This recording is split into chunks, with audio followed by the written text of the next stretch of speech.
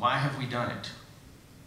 The idea for the Business of Art and Design programming is inspired by the work of Daniel Pink in Richard, Florida, and a lot of data, and the challenges to both employers and the employed in the face of increasing pressures from automation, pressures from Asia, and pressures from material abundance, and the role that creativity can play as a competitive advantage.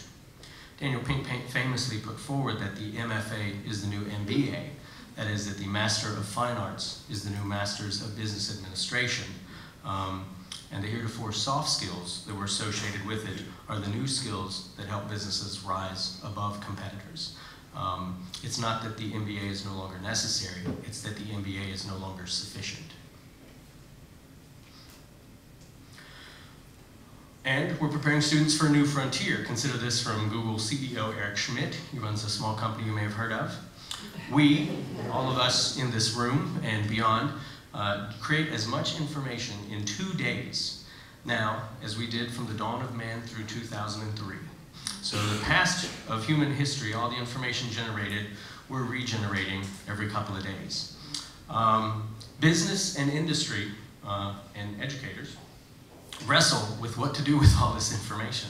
How to monetize it, how to safeguard it, how to safeguard against it, how to organize, present, and share it, how to understand and extract value from it.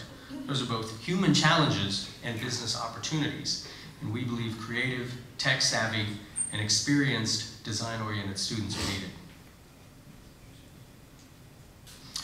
Designers are needed to organize all that data and to communicate agendas and values and to present it well. We often recognize bad design when we see it. Hopefully you have difficulty reading the top line.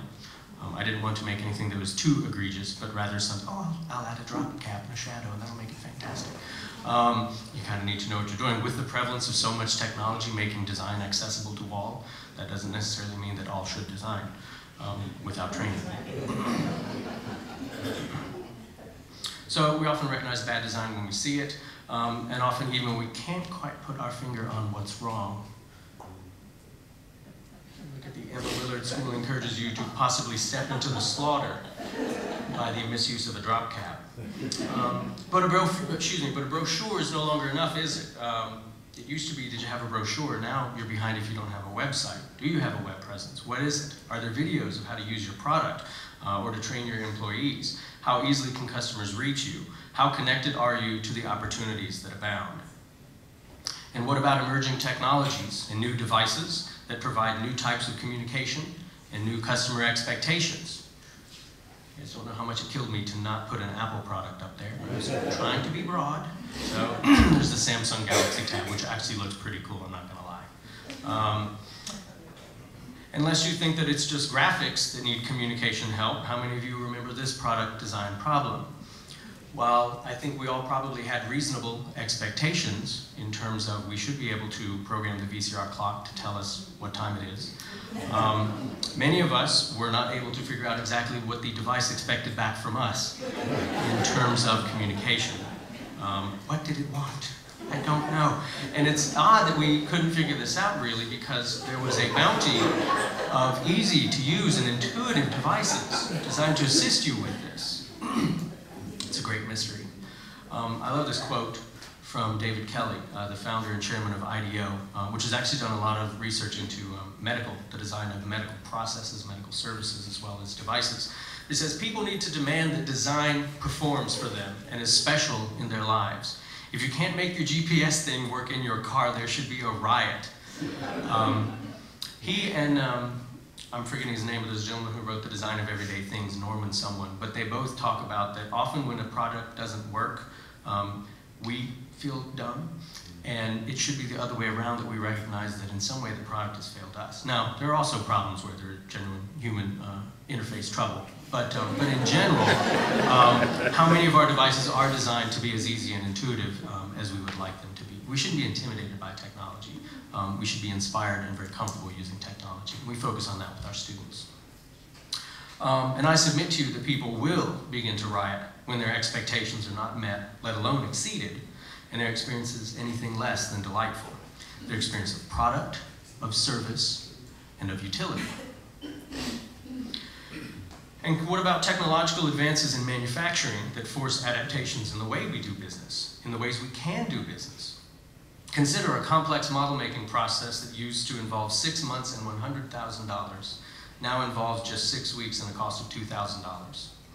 Our emphasis is on integrating the latest and greatest from the work world into the school world, into the classroom, shortening the gap between graduation and employee readiness. So, how does the business of art and design help you? Our value proposition is threefold. The first two are here. Flexibility. We provide flexibility. Our aim is to develop a flexible career and academic pathway. And I was thinking of a metaphor, and all I could come up with was a train, so bear with me. It's an opportunity train, if you will, where students can hop on with a 2-semester career studies certificate and then hop off and into the workforce with entry-level skills. Or stay on board for a 2-year associate degree, after which students can enter the workforce with greater proficiency, experience, and depth of knowledge.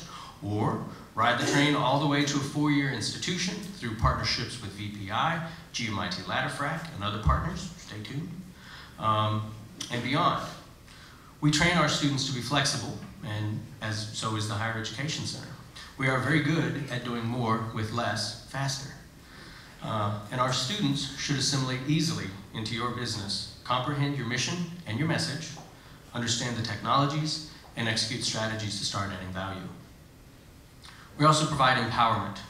As an academic program, we don't necessarily expect every student to be a designer. Remember, as Daniel Pink observed, that multiple jobs will be the new norm. But our programs allow students to follow career paths that best align with their enthusiasms and their abilities. And we found that students are eager to use their talents, and students are eager to take our classes. We have energetic faculty with deep subject knowledge and passion, and we provide opportunities for students that may go to develop talents that may go unrecognized or undervalued in traditional disciplines. We hope those students get switched on, which is really critical, and connect with their passion, and connect their passion to their learning. If you can really link those things together, you're really doing something. And given the challenge of today's economies and the environment, we need our up-and-coming generations to be full of go-getters, to have students who are firing on all cylinders and ready to innovate our way out of old problems. And the last part of our value proposition, the third point, is design thinking. And this is all over the business literature lately. So it's just kind of bubbling to the surface, though we've been thinking about it for a while. Design thinking leads to innovation and customer satisfaction. We know that the process of design thinking, of wrestling with problems which have no simple, clearly defined answer, is different from the menu of yes and no, memorization, and rote testing skills that predominate other disciplines. Design thinking is a well-defined critical thinking process that requires deep engagement with the subject, plus lots of room to be creative. Because an answer is often not obvious, and rarely is it singular, students must develop real powers of discernment, of judgment, of evaluation, requiring cooperation and collaboration to go beyond their own opinions and their own limitations to arrive at something that works for the office, for the budget, for the client, for the customer. And we believe these students will work for you. This is a quote from Ken Robinson, who is an interesting education speaker from the United Kingdom, now living in the US. But he says this, talking about the challenge of shifting education from an industrial model to an agricultural one.